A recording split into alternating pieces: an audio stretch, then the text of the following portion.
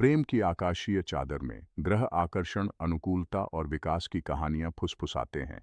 ज्योतिष अपनी प्राचीन बुद्धि के साथ दो आत्माओं के बीच जटिल नृत्य को समझने की एक भाषा प्रदान करता है। संबंधों के ज्योतिष में सबसे आकर्षक पहलुओं में से एक है शनि और शुक्र का संयोग। एक ऐसा आकाशीय मिलन जहां अनुशासन इच्छा से मिलता है और जिम्मेदारी प्रेम के आकर्षण के साथ जुड़ जाती है।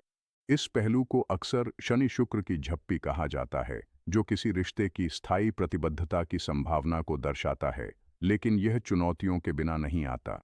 स्थिरता और स्नेह का यह आकाशीय नृत्य बेन एफ्लेक और जेनिफर लोपेज के हाई प्रोफाइल रिश्ते में खूबसूरती से झलकता है, जिन्हें बेनिफर के नाम से भी जाना जाता है। उनका पुनर्मिलन, जो स्थायी प्रेम का प्रमाण है, शनि और शुक्र के संयोग की गतिशीलता की एक आकर्षक झलक प्रस्तुत करता है।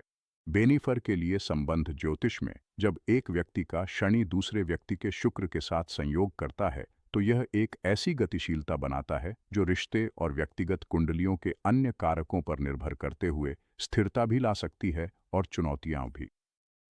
शनि संरचना अनुशासन और जिम्मेदारी का प्रतीक है, जबकि शुक्र प्रेम, आनंद और स्नेह का प्रतिनिधित्व करता है। यह संयोग अक्सर शुक्र व्यक्ति के प्रेम के भावों में एक गंभीर प्रतिबद्ध ऊर्जा लाता है, जिससे कर्तव्य और जिम्मेदारी की भावना उत्पन्न होती है, जो दीर्घकालिक प्रतिबद्धता की ओर ले जा सकती है। शनि व्यक्ति यानी बेन स्थिरता और सुरक्षा प्रदान कर सकते हैं, जिससे शुक्र व्यक्ति यानी जेनिफर को समर्थन और सुरक्षा का एहसास होता है। हालांकि शनि की ऊर्जा कभी-कभी सीमित करने वाली भी महसूस हो सकती है, जिससे शुक्र व्यक्ति को अपने प्रेम और स्नेह की अभिव्यक्ति में बंधन का अनुभव हो सकता है। यह रिश्ता दोनों व्यक्तियों के लिए एक गहरा सीखने का अनुभव हो सकता है। शुक्र व्यक्ति प्रेम में जिम्मेदारी और सीमाओं के महत्व को समझ सकता है, जबकि शनि व्यक्ति अधिक गर्मजोशी और स्नेह को अपनाना सीख सकता है। चुनौतियां उत्पन्न हो सकती हैं, खासकर यदि शनि व्यक्ति अत्यधिक आलोचनात्मक या मांग करने वाला बन जाए। शुक्र व्यक्ति को यह महसूस हो सकता है कि उसकी सराहना नहीं हो रही है या उसे शनि व्यक्ति की स्वीकृति पाने के लिए कड़ी मेहनत करनी पड़ रही है, जिससे रिश्ते में तनाव पैदा हो सकता है। इन कठिनाइयों के बावजूद शनि का प्रभाव अक्सर दीर्घकालिकता की संभावना का संकेत देता है, यदि दोनों साथी बाधाओं को पार करने और एक दूसरे की जरूरतों का सम्मान करने के लिए तैयार हों। यह पहलू एक गहरा और स्थायी बंधन विकसित कर सकता है। यह पहलू अक्सर तब बेहतर काम करता है जब दोनों व्यक्ति परिपक्व हों या जब उनके बीच महत्वपूर्ण उम्र का अंतर हो, क्योंकि शनि का प्रभाव कभी-कभी पितृतुल्य या अधिकारपूर्ण महसूस हो सकता है। इसके अतिरिक्त यह युति व्यावसायिक संबंधों में अत्यंत अनुकूल मानी जाती है। शनि, जो एक प्रमुख व्यावसायिक ग्रह है, जब शुक्र के साथ मिल जाता है तो यह कला के क्षेत्र में कार्यरत लोगों के लिए एक शक्तिशाली स्थिति बना सकता है, जैसा कि बेन एफ्लेक और जेनिफर लोपेज के उदाहरण में देखा गया, जो फिल्म गिगली पर काम करते हुए मिले थे। कई कलाकार, विशेष रूप से अभिनेता, महत्वपूर्ण शुक्र शनि संबंधों के साथ जन्म लेते हैं। दोनों कुंडलियों के बीच की समग्र साइंस ट्रे इस युति के प्रकट होने में महत्वपूर्ण भूमिका निभाती है। अन्य ग्रहों के बीच सामंजस्यपूर्ण पहलू तनाव को कम कर सकते हैं, जबकि चुनौतीपूर्ण पहलू कठिनाइयों को और बढ़ा सकते हैं। शनि और शुक्र जिन राशियों और भावों में स्थित हैं, वे व्याख्या में और भी परतें जोड़ते हैं। उदाहरण के लिए, मकर राशि में शनि इस ऊर्जा को अच्छी तरह संभाल सकता है, जबकि सिंह राशि में शुक्र को इससे जूझना पड़ सकता है। चूंकि जेनिफर लोपेज का शुक्र मिथुन राशि में है, इसीलिए बेन का शनि पहलू संचार, द्वैत, स्वतंत्रता की चाह, विविधता, परिवर्तन और रिश्तों में फोकस से जुड़े सबक लाता है। जो लोग प्रयास करने को तैयार हैं, उनके लिए यह पहलू अत्यंत फलदायी हो सकता है, लेकिन इसके लिए दोनों साथियों को प्रेम और जिम्मेदारी के बीच संतुलन को सावधानीपूर्वक साधना पड़ता है। कुंभ राशि के 7वें भाव में होने पर, जैसा कि जेनिफर की कुंडली में है, दोस्ती और स्वतंत्रता रिश्तों में मुख्य इच्छाएं होती हैं। तीसरे भाव में स्वामी होने के कारण संचार पर फिर से जोर दिया गया है, जो कि मिथुन राशि में शुक्र द्वारा भी प्रतिध्वनित एक विषय है। हालांकि इस स्थिति में बृहस्पति के होने से ये विषय और भी अधिक प्रबल हो जाते हैं, जिससे लगातार उत्साह बनाए रखने और ऊब से बचने की चुनौती उत्पन्न हो सकती है।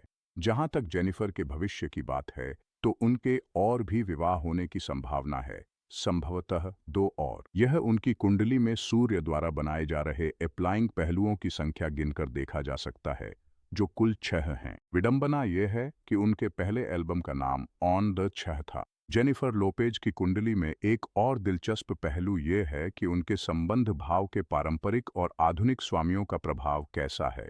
शनि, जो पारंपरिक स्वामी है, और यूरेनस, जो आधुनिक स्वामी है, दोनों ही यह समझने में मदद करते हैं कि वह किस प्रकार के साथी की तलाश करती हैं।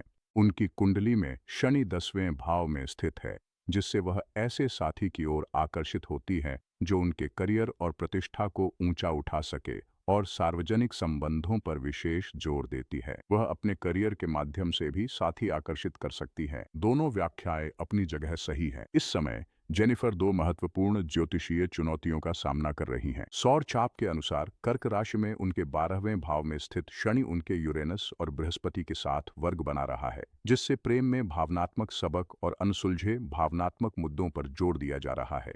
इसके अलावा गोचर में प्लूटो उनके लग्न और सूर्य दोनों का विरोध कर रहा है, जो गहरे बदलावों का संकेत है जो उन्हें भीतर से बदल देंगे। यह समय उनके प्रेम संबंधी जरूरतों और वह किस प्रकार के साथी की चाहत रखती है, इसकी पुनर्प्राप्ति और खोज का काल है। ये हल्के फुल्के चक्र नहीं है। ये ऐसे महत्वपूर्ण पड़ाव हैं जो व्यक्तिगत पुनर्जन्म लाएंगे, जिससे आने वाला वर्ष एक महत्वपूर्ण परिवर्तन का वर्ष बन जाएगा। प्लूटो का उसकी 7वीं भाव से गोचर शक्ति संतुलन, डर का सामना, अंत और नियंत्रण जैसे विषयों को उजागर करता है। ये बड़े बदलाव हैं जो उसके रिश्तों और व्यक्तिगत विकास को प्रभावित करेंगे। 7वें भाव से प्लूटो के गुजरने के दौरान कानूनी मुद्दे सामने आ सकते हैं, जिससे तीखी बहसें हो सकती हैं। My love don't cost a thing के बोलों में शायद बदलाव की जरूरत पड़े, क्योंकि अब प्यार भारी कीमत के साथ आ सकता है। इसके अलावा गोचर में शनि उसकी जन्म कुंडली की शुक्र से वर्ग बना रहा है। पूरे गर्मियों के दौरान इस योग ने अलगाव में महत्वपूर्ण भूमिका निभाई। यह चक्र रिश्तों में कड़ी मेहनत या दूरी का क्लासिक संकेतक है, जो अक्सर प्रेम में महत्वपूर्ण सबक सिखाता है।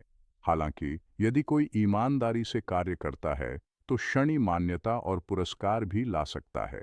जहां 7वां भाव पारंपरिक रूप से रिश्तों के मामलों के लिए मुख्य क्षेत्र माना जाता है, खासकर कई शादियों के बाद, वहीं व्युत्पन्न भाव प्रणाली हर नए रिश्ते में आकर्षित होने वाले विशिष्ट साथी के बारे में भी जानकारी दे सकती है। जेनिफर के पहले पति ओजानी नोआ 7वें भाव से जुड़े हुए हैं। उनके दूसरे पति क्रिस जड 9वें भाव से जुड़े हैं, जो 7वें भाव से 2 भाव आगे है। मार्क एंथनी उनके तीसरे पति 11वें भाव से जुड़े हैं, जो 9वें भाव से 2 भाव आगे है। अंत में बेन एफ्लेक उनके चौथे पति लग्न भाव द्वारा शासित हैं, जो 11वें भाव से 2 भाव आगे है।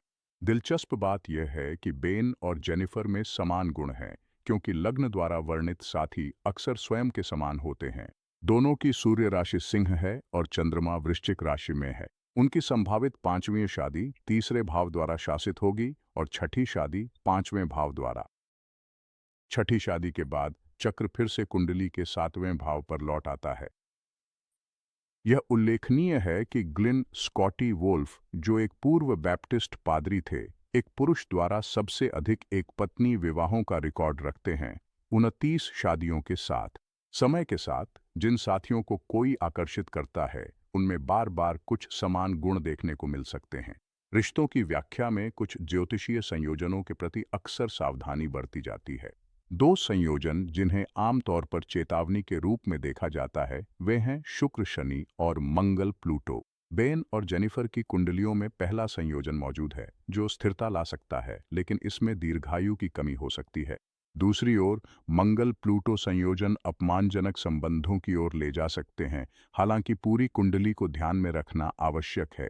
जेनिफर की कुंडली में शुक्र और प्लूटो के बीच एक चुनौतीपूर्ण योग नियंत्रण, ईर्ष्या और लालच जैसे विषयों को उजागर करता है, जिन पर ध्यान देने की आवश्यकता है। जहां शनि का प्रभाव शुक्र पर कुछ स्थिरता ला सकता है, वहीं ऐसा संयोजन आमतौर पर अल्पकालिक होता है।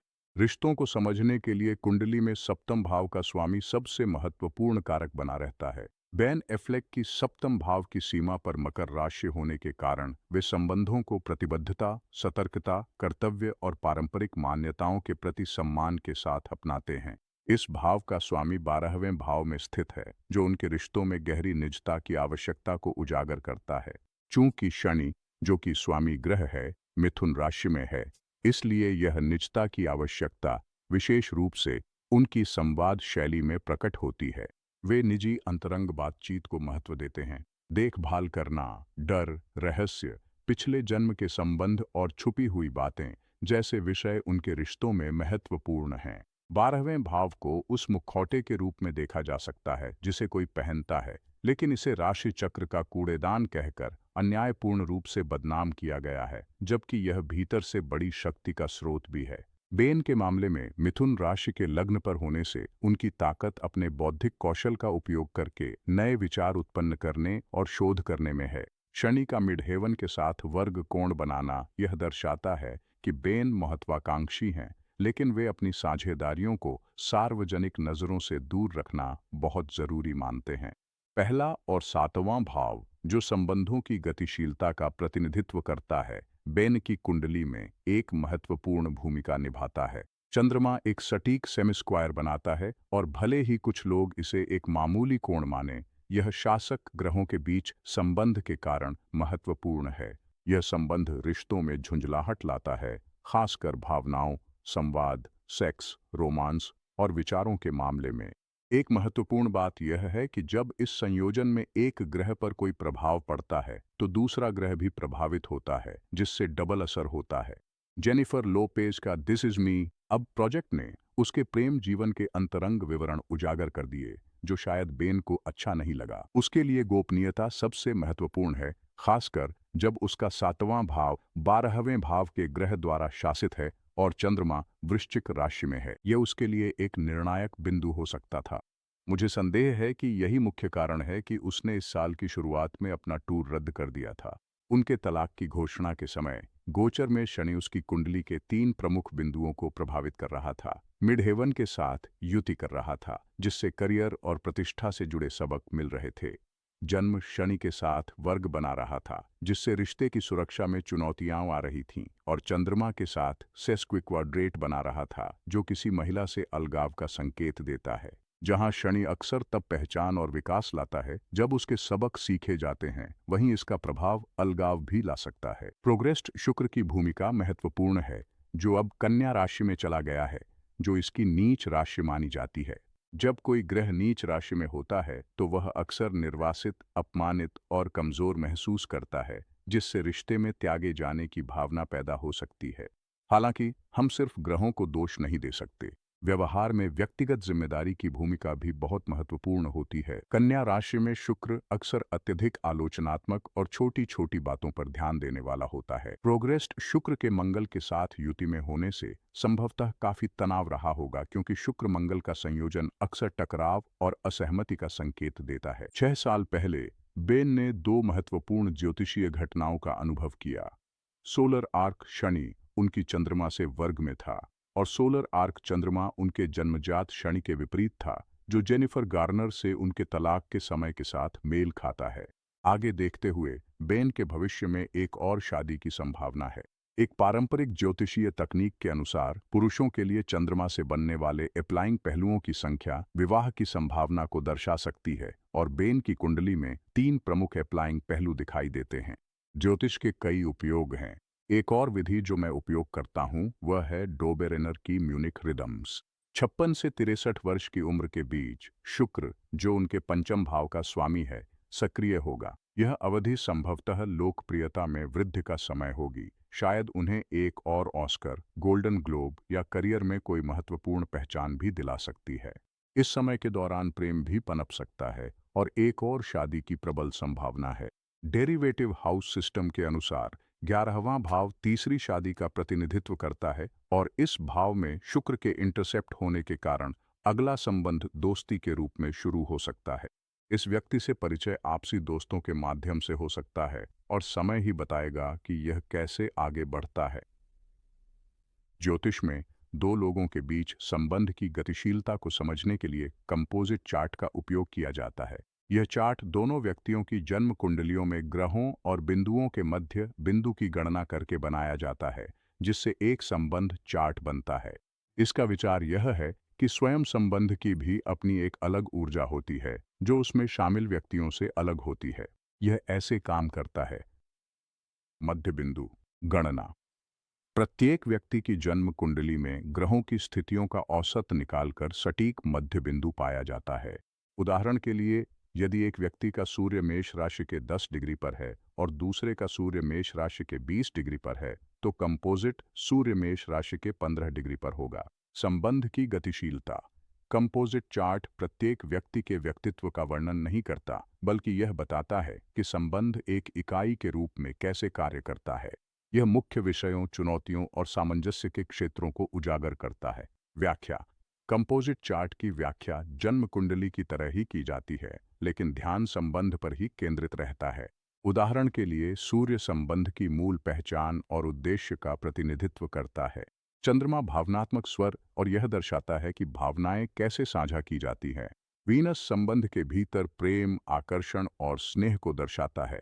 ग्रहों के पहलू और भाव यह दिखाते हैं कि जीवन के विभिन्न क्षेत्र जैसे संवाद, साझा लक्ष्य और चुनौतियां संबंध द्वारा कैसे प्रभावित होते हैं। किसी भी संबंध पर लागू। यद्यपि कंपोजिट चार्ट का अक्सर रोमांटिक संबंधों के लिए उपयोग किया जाता है, यह मित्रता, व्यावसायिक साझेदारी और पारिवारिक संबंधों को समझने में भी मूल्यवान है।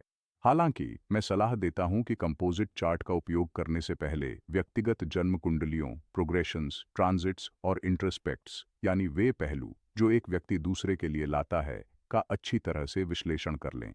कभी-कभी इंट्रोस्पेक्ट्स बहुत गहराई दिखाते हैं, जबकि कंपोजिट चार्ट विरोधाभासी लग सकता है। इसी वजह से मैं इसे कम प्राथमिकता देता हूं।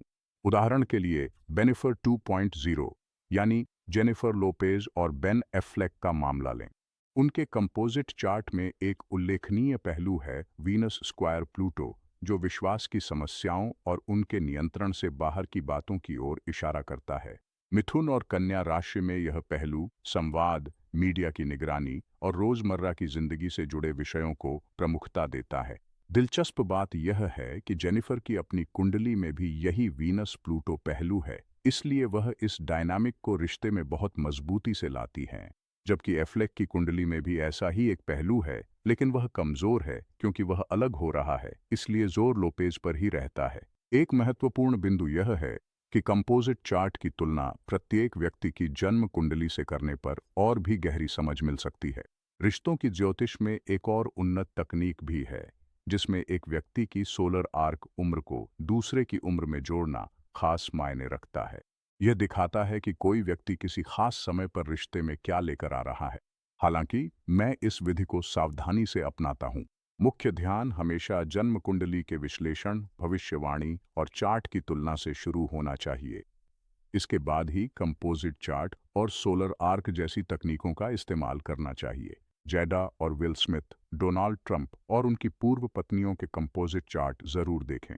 हमारे अनुभवी ज्योतिषी आपके सभी सवालों के जवाब दे सकते हैं, चाहे वे रिश्ते हों या व्यापार। वे साइकिक चैनलिंग, टैरो और ज्योतिष में माहिर हैं। हमारे ज्योतिषी कड़ी जांच और निगरानी के बाद नियुक्त किए जाते हैं। उन्होंने न्यूज़लेटर में अपनी सटीक भविष्यवाणियों से सबको हैरान कर दिया है। फोन करें 1-804-988-777 या ऑनलाइन जाएं absolutelypsychic.com पर।